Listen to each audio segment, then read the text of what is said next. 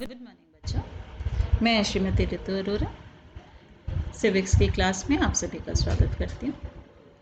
Class twelfth की civics की class में खंड क के चैप्टर 6 का अध्ययन हम लोग पिछले 3 वीडियो से कर रहे हैं। चैप्टर है अंतर्राष्ट्रीय संगठन, इंटरनेशनल ऑर्गेनाइजेशन, जिसमें हम प्रमुख रूप से हमने यूएनओ के बारे में जाना। संयुक्त राष्ट्र संघ, यूएनओ, यूनाइटेड नेशंस ऑर्गेनाइजेशन, संयुक्त राष्ट्र संघ के बारे में हमने जाना कि संयुक्त राष्ट्र संघ की स्थापना क्यों हुई, कब हुई, इसके महासचिव कौन थे, इसके अंग कौन थे, इसका विकास कैसे हुआ, ये सब हम अध्ययन कर चुके हैं। आज हम पढ़ेंगे शीत युद्ध के बाद संयुक्त राष्ट्र संघ में सुधार। आपको मालूम है कि शीत युद्ध के समय विश्व की 2 महाशक्तियां, एक तरफ संयुक्त राज्य अमेरिका, दूसरी तरफ सोवियत रूस, जिनके मध्य शीत युद्ध चल रहा था। तो ये शीत युद्ध के कारण दोनों ही महाशक्तियां अपने को अधिक प्रभावशाली सिद्ध करने में लगी थी। बदलते परिवेश में आवश्यकताओं को पूरा करने के लिए किसी भी संगठन में सुधार और विकास किया जाना आवश्यक होता है। संयुक्त राष्ट्र संघ भी इसका अपवाद नहीं है। पिछले कुछ वर्षों से संयुक्त राष्ट्र संघ में सुधारों की मांग उठी है, लेकिन सदस्य राष्ट्रों के मध्य सुधारों की प्रकृति के बारे में कोई स्पष्ट राय और सहमति नहीं बन पाई। संयुक्त राष्ट्र संघ के सामने कुछ बुनियादी परिवर्तन, कुछ बुनियादी ढांचे में सुधार करने का मुद्दा सामने रहा है।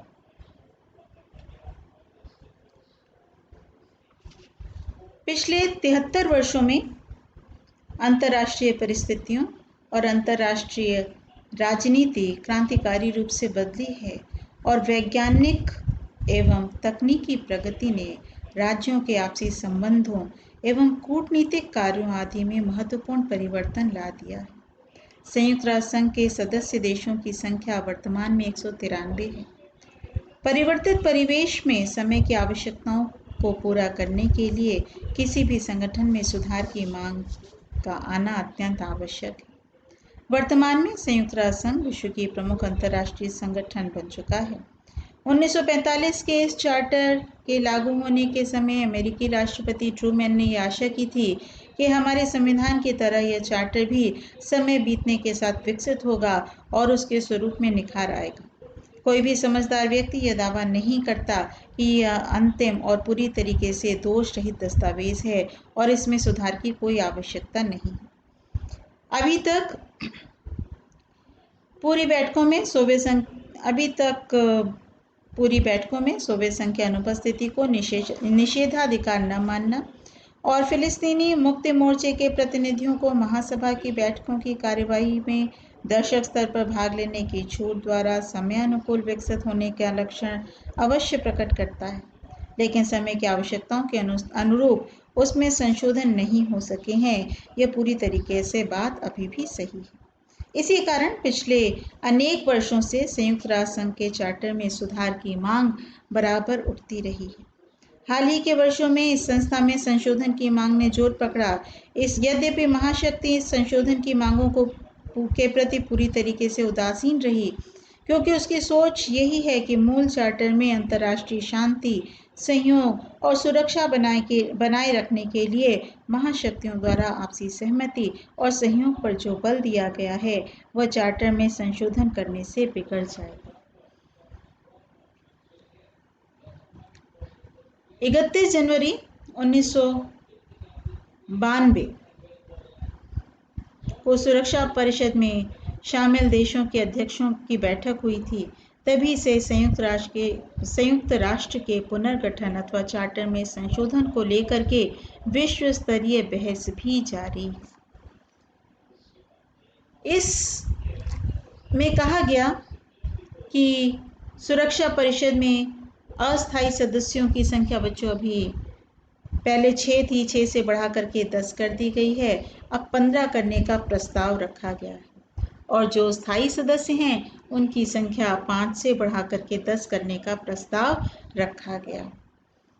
यानी विश्व के हर महाद्वीप को समग्र रूप से यूएनओ में, संयुक्त राष्ट्र संघ में प्रतिनिधित्व देने के लिए इसमें परिवर्तन करने की बात सामने आई है। इस संदर्भ में अनेक सुझाव दिए गए। इन सुधारवादी प्रस्तावों का मुख्य मकसद विश्व संस्था यानी सुरक्षा परिषद को और अधिक लोकतांत्रिक, सक्षम और बदलते अंतर्राष्ट्रीय परिदृश्य के अनुकूल बनाना है, क्योंकि संयुक्त राष्ट्र की जिम्मेदारियां व उसके सरोकार विश्वव्यापी हैं और उसका विस्तार आज मानवीय गतिविधि के प्रत्येक क्षेत्र में हो चुका है। इसलिए संयुक्त राष्ट्र संघ का पुनर्गठन अनिवार्य हो गया है, तभी वह 21वीं सदी की चुनौतियों को स्वीकार कर सकेगा। बहरहाल, सुधारों की प्रकृति के बारे में कोई भी स्पष्ट राय या सहमति अभी नहीं बन पाई है। संयुक्त राष्ट्र संघ के सम्मुख दो तरह के आधारभूत सुधारों की समस्या विद्यमान है। पहला है संगठन के बनावट व प्रक्रियाओं में संशोधन की जिम्मेदारी, और दूसरा है संगठन के न्यायाधिकार में आने वाले विषयों की समीक्षा। यानी पहला है ढांचागत सुधार और दूसरा है प्रक्रियात्मक सुधार। तो हम पढ़ेंगे ढांचागत सुधार, यानी संगठन की बनावट और प्रक्रियाओं में संशोधन। द्वितीय विश्व युद्ध के बाद संयुक्त राष्ट्र संघ की स्थापना 24 अक्टूबर 1945 को हुई। उस समय परिस्थितियां भिन्न थीं और शीत युद्ध के बाद इन परिस्थितियों में परिवर्तन आना तय था। सोवियत संघ के विघटन के पश्चात विश्व परिदृश्य ही परिवर्तित हो गया, जिसके प्रमुख परिवर्तन निम्नलिखित हैं। पहला, द्विध्रुवीय व्यवस्था का अंत हो गया, यानी जो विश्व दो ध्रुवों में बंट गया था, दो महाशक्तियों में बंट गया था, अब उस दो ध्रुवीय जो व्यवस्था थी उसका धीरे धीरे अंत होने लगा। और जब सोवियत रूस का विघटन होने लगा, एक शक्ति टूटने लगी, तो पूरे विश्व में सिर्फ अमेरिका ही सबसे अधिक शक्तिशाली बन गया, यानी अमेरिका का वर्चस्व स्थापित होने लगा। तीसरा, रूस व अमेरिका के बीच सहयोगात्मक संबंध प्रारंभ हुए। चीन का बड़ी महाशक्ति के रूप में उभर करके सामने आना, भारत का भी तेजी से विकास होना, एशिया की अर्थव्यवस्था में दिनों दिन हो रही अप्रत्याशित वृद्धि। एशिया के ये दोनों देश बहुत तेजी से बढ़ रहे थे, चीन और भारत। संयुक्त राष्ट्र संघ में अनेक नए देशों का शामिल होना और सदस्यता ग्रहण करना, विश्व के सामने नई नई चुनौतियां जैसे गृह युद्ध, जातीय संघर्ष, आतंकवाद, प्राकृतिक आपदाएं, महामारी, जलवायु परिवर्तन, पर्यावरण की हानि, ये सभी समस्याएं आने लगी। वर्तमान में शीत युद्ध की समाप्ति के बाद विश्व के सम्मुख यह प्रश्न उपस्थित हुआ कि क्या संयुक्त राष्ट्र संघ का होना हमारे लिए पर्याप्त है? हमारे सामने जो समस्याएं हैं, क्या संयुक्त राष्ट्र संघ उनका समाधान कर पाएगा? संयुक्त राष्ट्र प्रभावशाली भूमिका निभाए, इसके लिए इसमें कौन कौन से सुधार होने चाहिए? विगत अनेक वर्षों में इन प्रश्नों का हल निकालने के लिए जितने भी सदस्य देश हैं वो सभी प्रयासरत हैं। वर्तमान में विश्व के सभी राष्ट्र इस बात पर सहमत हैं कि संयुक्त राष्ट्र संघ में सुधार होना चाहिए। सन 1992 में 1992 में संयुक्त राष्ट्र महासभा में एक प्रस्ताव स्वीकार किया गया, जिसमें कुछ शिकायतों का वर्णन है कि सुरक्षा परिषद सभी राष्ट्रों का प्रतिनिधित्व नहीं करती। इसके फैसलों पर पश्चिमी हितों का प्रभाव होता है और कुछ देशों का दबाव में फैसले लिए जाते हैं और सुरक्षा परिषद में प्रतिनिधित्व उचित नहीं है। इनको देखते हुए 1 जनवरी 1997 को 1997 को संयुक्त राष्ट्र संघ के जो महासचिव थे श्री कोफी अन्नान ने इस संदर्भ में प्रयास किया और जांच कार्रवाई में सुधार करने का प्रयास करना प्रारंभ किया।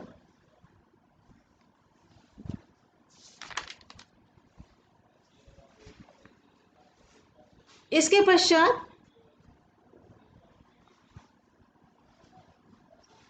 श्री कोफी अन्नान जी के द्वारा सुरक्षा परिषद के सदस्यों की संख्या बढ़ाने और नए सदस्यों को चुने जाने के लिए स्थायी और अस्थायी सदस्यता के लिए कुछ मानदंड बनाए गए, कुछ मानदंड सुझाए गए। क्या थे वो? पहला, वह देश बड़ी आर्थिक शक्ति हो, वह देश बड़ी सैन्य ताकत रखता हो। तीसरा, संयुक्त राष्ट्र संघ के बजट में ऐसे देश का योगदान अधिक हो, अंशदान अधिक हो, जनसंख्या की दृष्टि से भी विशाल राष्ट्र हो, तभी वह यूएनओ का सदस्य बनेगा। लोकतंत्र तथा मानवाधिकार का सम्मान करता हो। यूएनओ यानी यूनाइटेड स्टेट्स ऑफ अमेरिका और यूनाइटेड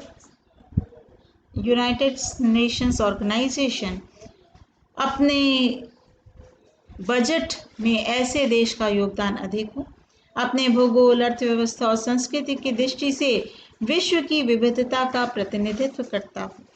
सदस्यों की प्रकृति को बदलने का भी मुद्दा उठाया गया कि 5 स्थायी सदस्य संयुक्त राज्य अमेरिका, चीन, रूस, ब्रिटेन, फ्रांस, इनको जो वीटो पावर दिया मिला है, इस वीटो पावर को, इस विशेषाधिकार को समाप्त किया जाना चाहिए। लेकिन इस संबंध में भी जितने इसके सदस्य देश थे उनमें एक राय नहीं बन पाई।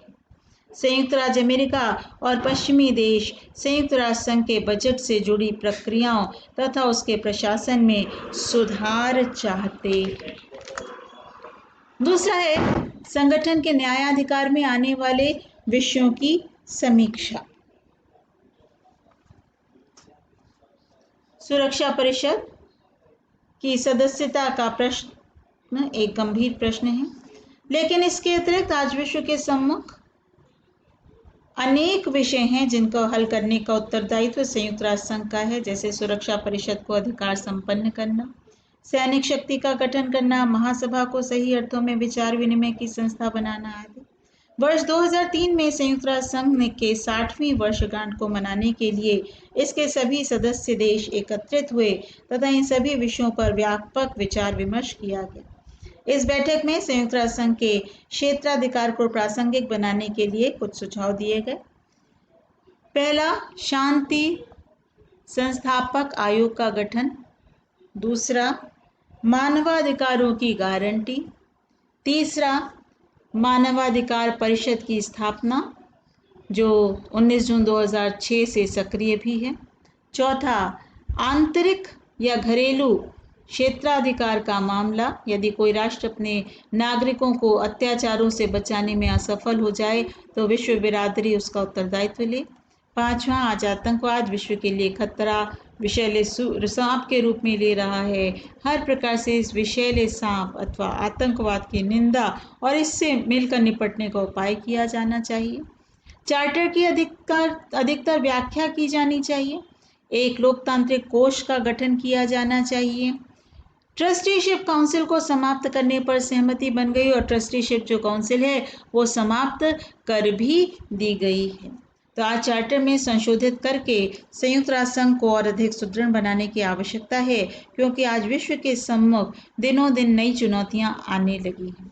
इसके समाधान के लिए आवश्यक है कि चार्टर में संशोधन करके मानवीय संकट को कम करने के प्रयास किए जाएं। संयुक्त राष्ट्र संघ को सशक्त बनाए जाने के लिए उठाए गए कदम, यानी कौन कौन से कदम उठाए गए हैं। बदलते हुए परिवेश में संयुक्त राष्ट्र संघ को अधिक प्रासंगिक और सशक्त बनाने के लिए अनेक सुधारों की आवश्यकता है। संयुक्त राष्ट्र संघ को सशक्त बनाने के लिए कुछ सुधारात्मक कदम उठाए जाने आवश्यक हैं। पहला, विश्व के जो देश अभी तक संयुक्त राष्ट्र संघ के सदस्य नहीं हैं उन्हें सदस्यता हेतु सहमत किया जाना चाहिए। समस्त सदस्यों को एक मत देने की शक्ति होनी चाहिए और वह व्यक्तिगत रूप से गुप्त मतदान के रूप में प्रयुक्त किया जाना चाहिए। सभी निर्णय अथवा फैसले महासभा द्वारा बहुमत के आधार पर किए जाने चाहिए। सुरक्षा परिषद में 5 के स्थान पर 15 स्थायी सदस्य हों और वीटो का अधिकार समाप्त किया जाना चाहिए। परिवर्तित विश्व में Bharat, Japan, Germany, Canada, Brazil, दक्षिणी अफ्रीका को स्थायी सदस्यता प्रदान की जानी चाहिए। पर्यावरण, जनसंख्या और आतंकवादी जैसी समस्याओं और परमाणु हथियारों को नष्ट करने में सभी संयुक्त राष्ट्र सदस्य देशों का पूर्ण सहयोग करना चाहिए। सुरक्षा परिषद में अस्थायी सदस्यों में भी वृद्धि की जानी चाहिए और संयुक्त राष्ट्र संघ के कोष में अभिवृद्धि की जानी चाहिए, जिससे वह विकास और वृद्धि के और अधिकाधिक कार्यक्रमों का संचालन कर सके। तो ये तो था बच्चों किस प्रकार संयुक्त राष्ट्र संघ शीत युद्ध के बाद विकास की ओर बढ़ा और उसमें सुधार करने के लिए कौन कौन से कदम उठाए जाने चाहिए। अब एक टर्न का आपका रह गया है कि संयुक्त राष्ट्र संघ और भारत, जिसके पश्चात हम विश्व व्यापार संगठन के बारे में पढ़ेंगे, अंतर्राष्ट्रीय आणविक ऊर्जा एजेंसी के बारे में पढ़ेंगे। तो ये आपका चैप्टर थोड़ा सा शेष रहेगा। आज जितना समझाया बच्चों इससे संबंधित महत्वपूर्ण प्रश्न। पहला, संयुक्त राष्ट्र संघ की स्थापना कब हुई। दूसरा, यूएनओ को सशक्त बनाने के लिए कौन से कदम उठाए जाने आवश्यक हैं। और लास्ट है, शीत युद्ध के पश्चात संयुक्त राष्ट्र संघ में क्या सुधार किया जाना चाहिए। आज के लिए इतना ही बच्चों। Thank you.